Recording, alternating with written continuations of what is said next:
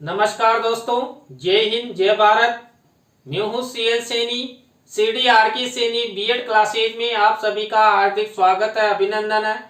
दोस्तों, आप द्वारा हमारे चैनल के इस हेल्पलाइन नंबर पर आपके पाठ्यक्रम से रिलेटेड जो भी टॉपिक हमें सेंड किए जाते हैं उन्हें हम ऑनलाइन समझाने का प्रयास करते हैं। दोस्तों, आज की लाइव क्लास के अंतर्गत हम लघु समूह में जो शिक्षण अधिगम होता है, इस शिक्षण अधिगम की आवश्यकता और महत्व के बारे में आपसे चर्चा करेंगे। दोस्तों, आप सब जानते हैं जो छात्र छात्राओं को लघु समूह में डिवाइड करके जो शिक्षण करवाया जाता है, उस शिक्षण के द्वारा छात्रों को अच्छा अधिगम होता है।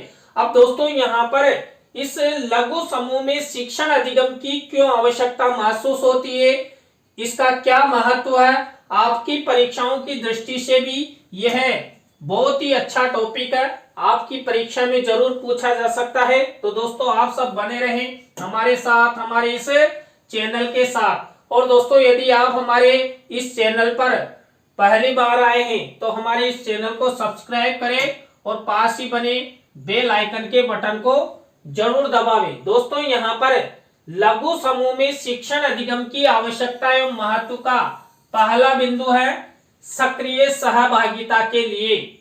सामान्यतः सक्रिय सहभागिता के लिए भी इसकी आवश्यकता का अनुभव किया जाता है, क्योंकि जब छात्र अपने मित्र एवं सहपाठियों के साथ समूह में कार्य करता है तो उनमें पूर्ण मनोयोग से कार्य संपन्न करने की रुचि देखी जा सकती है।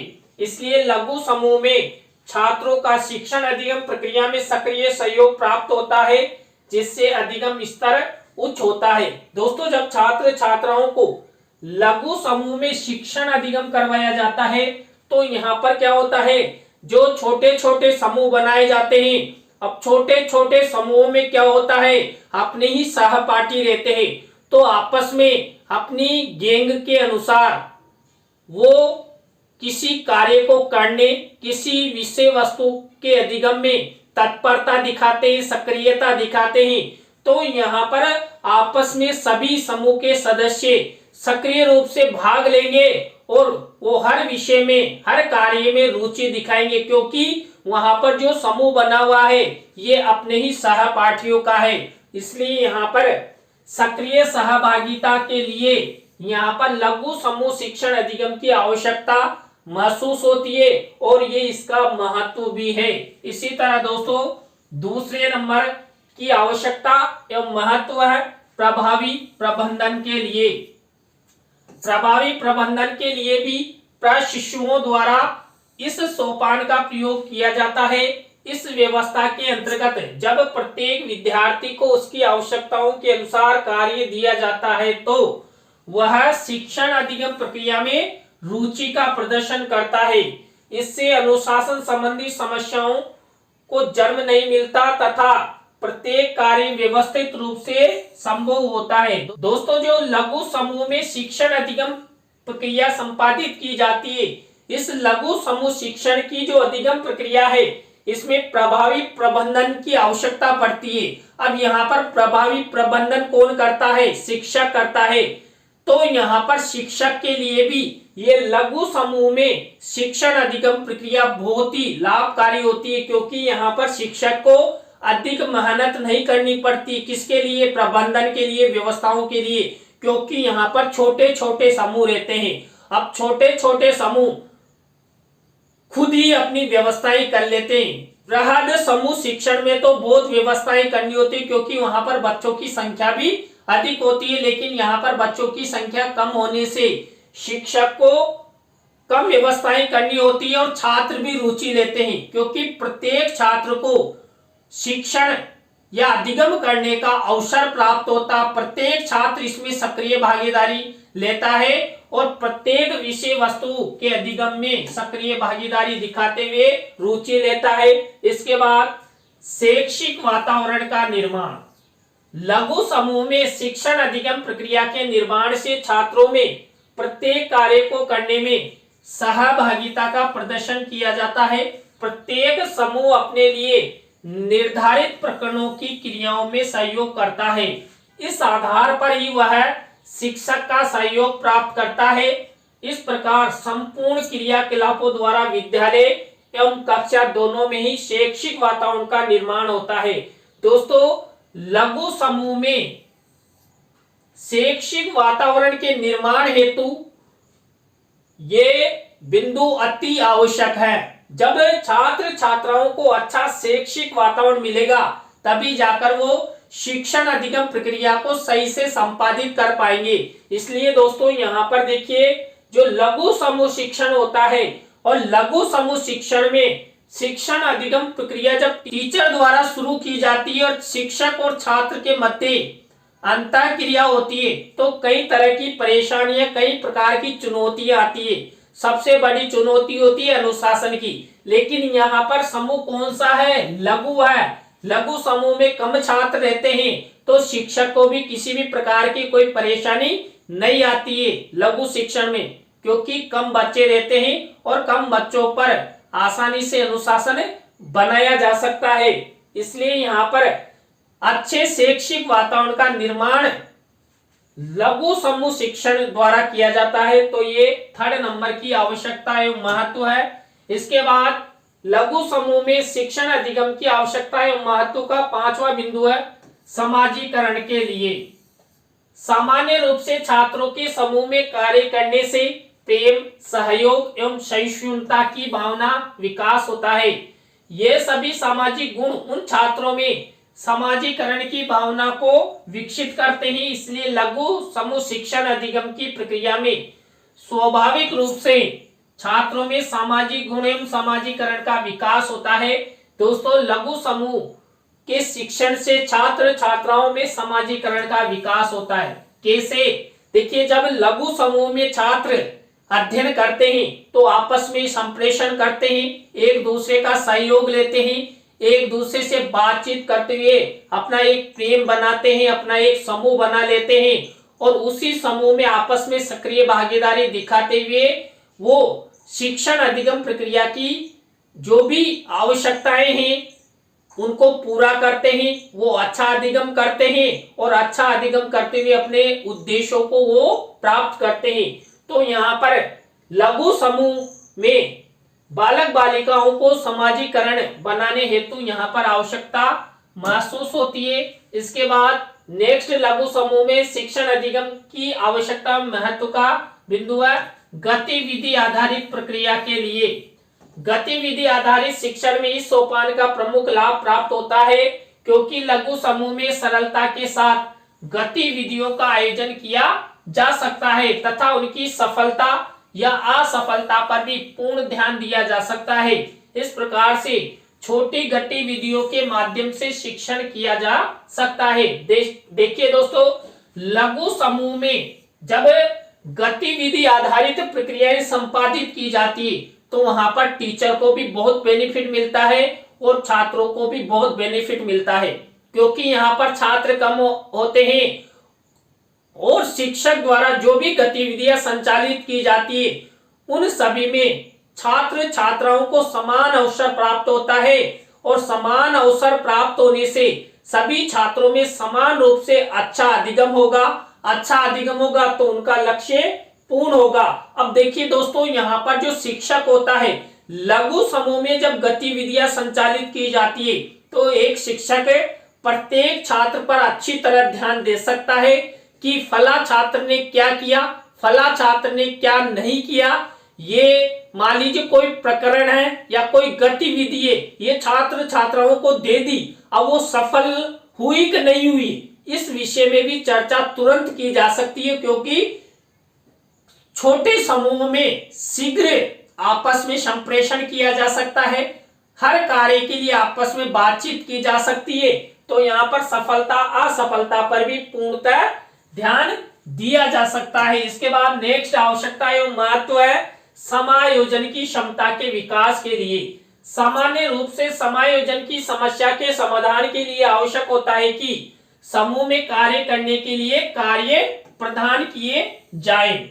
समायोजन संबंधी समस्या का समाधान संवेगात्मक स्थिरता के विकास से संबंधित होता है। इसलिए समूह बनाकर शिक्षण अधिगम प्रक्रिया के संपन्न होने से एक ओर छात्रों में संवेगात्मक स्थिरता का विकास होता है, वहीं दूसरी ओर शिक्षण अधिगम प्रक्रिया को प्रभावी रूप से संपन्न किया जा सकता है। दोस्तों, आप सभी जानते हैं कि सभी छात्र छात्राओं के लिए समायोजन अति आवश्यक है। समायोजन होगा तभी वो अच्छा शिक्षण कर सकता है, अच्छी तरह से सीख सकता है। तो दोस्तों, यहाँ पर लघु समूह के माध्यम से छात्र छात्राओं को अच्छा समायोजन सिखाया जाता है। उन्हें बताया जाता है कि आपको इस लघु समूह में किस तरह रहना है, किस तरह अधिगम प्रक्रिया करनी है और किस तरह कौन कौन से तरीके अपनाते हुए आपको ये जो शिक्षण अधिगम प्रक्रिया है इसको संपादित करनी है। और दोस्तों, आप सब जानते ही हैं, लघु समूह शिक्षण में प्रत्येक छात्र को अवसर मिलता है।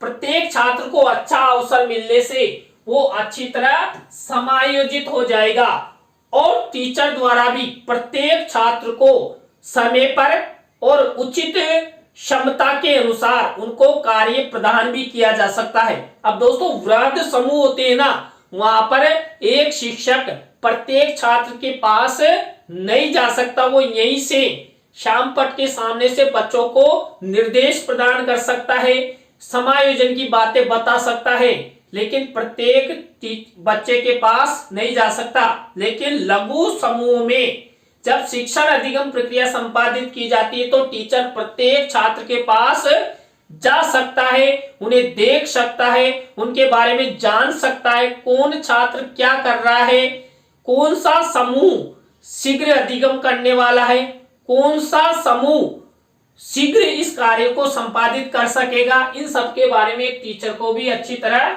मालूम हो जाता है। और दोस्तों, समायोजन से क्या होता है, संवेगात्मक स्थिरता आती है। इसके बाद रुचिपूर्ण शिक्षण अधिगम प्रक्रिया के लिए भी लघु समूह में शिक्षण अधिगम की आवश्यकता होती है।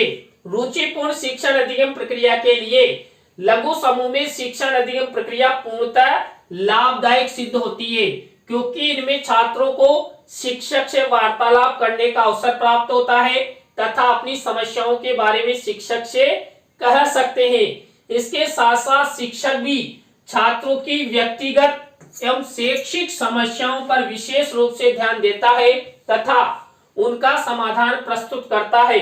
इस प्रकार रुचिपूर्ण शिक्षण अधिगम संपन्न होता है। दोस्तों, कक्ष में रुचिपूर्ण शिक्षण अधिगम प्रक्रिया के लिए लघु समूह बनाना अति आवश्यक हो जाता है। लघु समूह में के माध्यम से छात्रों में अच्छी प्रकार से रुचि विकसित की जा सकती है। अब यहाँ पर छात्रों की जो क्षमताएं हैं, रुचियां हैं, उनके अनुसार भी शिक्षक अच्छी तरह ठीक ढंग से उन्हें शिक्षण करवा सकता है। तो यहाँ पर जो लघु समूह होते हैं, इन लघु समूह में रुचिपूर्ण शिक्षण अधिगम प्रक्रिया के लिए शिक्षण अधिगम की आवश्यकता महसूस होती है। और दोस्तों, यहाँ पर जो लघु समूह बनाए जाते हैं, इससे छात्र छात्राओं को भी बहुत लाभ होता है, टीचर को भी बहुत लाभ होता है। यहाँ पर व्यक्तिगत रूप से भी बच्चों पर ध्यान दिया जा सकता है और छात्रों की जो भी समस्याएं हैं उन समस्याओं के बारे में ज्ञान प्रदान कर उन्हें आगे बढ़ाने में योगदान दिया जा सकता है। इसके बाद आत्मविश्वास के विकास के लिए लघु समूह में शिक्षण अधिगम प्रक्रिया की आवश्यकता होती है। सामान्य रूप से आत्मविश्वास समूह का विकास कार्य से विकसित होता है। परिणाम स्वरूप वह अपने शैक्षिक क्रियाकलापों से संबंधित समस्याओं को शिक्षक के साथ शिक्षक के समक्ष प्रस्तुत करता है तथा समूह में अनेक प्रकार की समस्याओं का समाधान प्रस्तुत करता है। इस प्रकार प्रत्येक कार्य को करने में शिक्षक का मार्गदर्शन प्राप्त होता है। इस प्रकार की क्रियाओं से छात्रों में आत्मविश्वास का विकास होता है। दोस्तों, आप सभी जानते हैं, कक्ष में पढ़ाने के लिए या किसी भी तरह का कोई संप्रेषण या अच्छी तरह भाषण देने के लिए हम सब में आत्मविश्वास का होना जरूरी है। देखिए दोस्तों, आत्मविश्वास जिस बालक बालिका का अच्छा है वो अच्छा अधिगम कर सकता है, अच्छा भाषण दे सकता है, अच्छा संप्रेषण कर सकता है। और यदि किसी बालक बालिका में अविश्वास अर्थात हेजिटेशन है, डर है, भय है, तो वो अच्छा अधिगम नहीं कर सकता। अब दोस्तों यहाँ पर जब लघु समूह बनाए जाते हैं तो लघु समूह में प्रत्येक छात्र पर शिक्षक ध्यान देगा और प्रतिदिन प्रत्येक छात्र को बोलने का, संप्रेषण करने का या भाषण देने का अवसर प्राप्त होगा। तो प्रतिदिन ऐसा अवसर मिलने से छात्रों में जो हेजिटेशन है वो दूर होगा और छात्र छात्राओं में आत्मविश्वास बढ़ेगा। आत्मविश्वास बढ़ेगा तो अच्छा अधिगम होगा, अच्छा अधिगम होगा तो उनके जीवन के लक्ष्य जरूर प्राप्त होंगे। अब दोस्तों यहाँ पर जो लघु समूह होता है, इस लघु समूह शिक्षण के माध्यम से छात्रों की जो भी समस्याएं होती है, चाहे वो व्यक्तिगत हो या सामूहिक हो, वो शीघ्र ही उनका निदान किया जा सकता है। इसके बाद तर्क एवं चिंतन का विकास। तर्क एवं चिंतन के विकास की प्रक्रिया के लिए भी लघु समूह शिक्षण की आवश्यकता अनुभव की जाती है। इनमें अनेक प्रकार के तत्वों की सहायता के आधार पर छात्र अपने विचार प्रस्तुत करते हैं। इन विचारों के लिए उन्हें तर्क एवं चिंतन का सहारा लेना पड़ता है। इस प्रकार छात्रों में तर्क एवं चिंतन का विकास संभव होता है। दोस्तों आपको मैं बता दूं, प्रत्येक छात्र छात्रा में तर्क एवं चिंतन होना आवश्यक है। जो बालक तर्क और चिंतन के द्वारा कुछ करता है वही अच्छा बालक समझा जाता है। दोस्तों तर्क एवं चिंतन के द्वारा अच्छी सृजनात्मकता का विकास होता है और अच्छी सृजनात्मकता के विकास से वो कुछ नया निर्माण कर सकता है। वो अच्छा साइंस क्षेत्र में नया आविष्कार कर सकता है या सामाजिक क्षेत्र में जो कुरीतियां हैं, अंधविश्वास उन्हें दूर कर सकता है। इसलिए प्रत्येक छात्र छात्रा में लघु समूह के माध्यम से तर्क एवं चिंतन शक्ति का विकास करने का प्रयास किया जाता है। इसलिए यहाँ पर लघु समूह में तर्क एवं चिंतन शक्ति के विकास के लिए इसकी आवश्यकता महसूस होती है। दोस्तों यहाँ पर इसी तरह नेक्स्ट लघु समूह में शिक्षण अधिगम की आवश्यकता का बिंदु है अनुदेशों के व्यक्तीकरण के लिए। सामान्य रूप से यह देखा जाता है कि शिक्षण अधिगम प्रक्रिया में विभिन्न प्रकार के निर्देश छात्रों को प्रदान किए जाते हैं। लघु समूह के अंतर्गत व्यक्तिगत आधार पर भी छात्रों को निर्देश प्रदान किए जा सकते हैं। जैसे 7 छात्रों के समूह में देखा जाता है कि 2 छात्र रुचि नहीं ले रहे हैं, तो शिक्षक द्वारा उन छात्रों की समस्याओं को ज्ञात करके तथा समाधान संबंधी निर्देश प्रदान करके उनकी सहभागिता प्राप्त की जा सकती है। देखिए यहाँ पर मैंने आपको बताया ना कि लघु समूह में कम छात्र रहते हैं। अब यहाँ पर मान लीजिए कोई लघु समूह 7 छात्रों का है, 7 में से 2 छात्र रुचि नहीं ले रहे हैं, तो टीचर जाकर उन्हें निर्देश दे सकता है, उन्हें समझा सकता है, उनकी समस्याओं को ठीक प्रकार से सुन सकता है और उनका समाधान भी कर सकता है। तो यहाँ पर अनुदेशों के व्यक्तीकरण के लिए लघु समूह में शिक्षण अधिगम प्रक्रिया के संपादन के लिए इसकी आवश्यकता होती है। इसके बाद समस्याओं के समाधान के लिए विभिन्न प्रकार की समस्याओं का समाधान छात्रों द्वारा प्रस्तुत किया जाता है तथा कुछ समस्याएं ऐसी होती है जिनका समाधान छात्रों द्वारा प्रस्तुत नहीं किया जा सकता। इनमें सहायता की आवश्यकता अनुभव करते हुए शिक्षक प्रयास करता है। लघु समूह के शिक्षण अधिगम में छात्रों की प्रत्येक गतिविधियों पर शिक्षक की दृष्टि रहती है, जहां वह अनुभव करता है कि छात्रों की सहायता की आवश्यकता होती है। उस आधार पर ही सहायता के रूप में निर्देशन एवं परामर्श प्रस्तुत करता है। दोस्तों यहाँ पर छात्र छात्राओं के लिए साथ कई प्रकार की समस्याएं जुड़ी हुई रहती है। कुछ समस्याओं का समाधान तो छात्र आसानी के साथ कर देते हैं, लेकिन कुछ समस्याएं ऐसी होती है जिसका समाधान एक शिक्षक ही कर सकता है। तो शिक्षक क्या करता है, वो छात्रों पर निगाह रखता है, दृष्टि रखता है और किसी भी समूह में किसी भी छात्र को जो भी समस्याएं हैं उन समस्याओं का समाधान यहाँ पर करता है और छात्र छात्राओं को निर्देशन एवं परामर्श प्रदान करते हुए शिक्षण अधिगम प्रक्रिया को आगे बढ़ाने में सहयोग प्रदान करता है और उन्हें बताता है कि आप सबको इसी तरह शिक्षण करते हुए अपने लक्ष्यों का ध्यान रखते हुए आपकी समस्याओं को मुझे बताना है, तभी जाकर मैं आपकी समस्याओं का निदान कर सकता हूं। तो दोस्तों आज की लाइव क्लास के अंतर्गत हमने आपको लघु समूह में शिक्षण अधिगम प्रक्रिया की आवश्यकता एवं महत्व के बारे में बताया। दोस्तों आपकी परीक्षा की दृष्टि से अति महत्वपूर्ण टॉपिक है और ये सभी विश्वविद्यालयों के पाठ्यक्रम में है, तो आप इसे अच्छे से तैयार कर ले।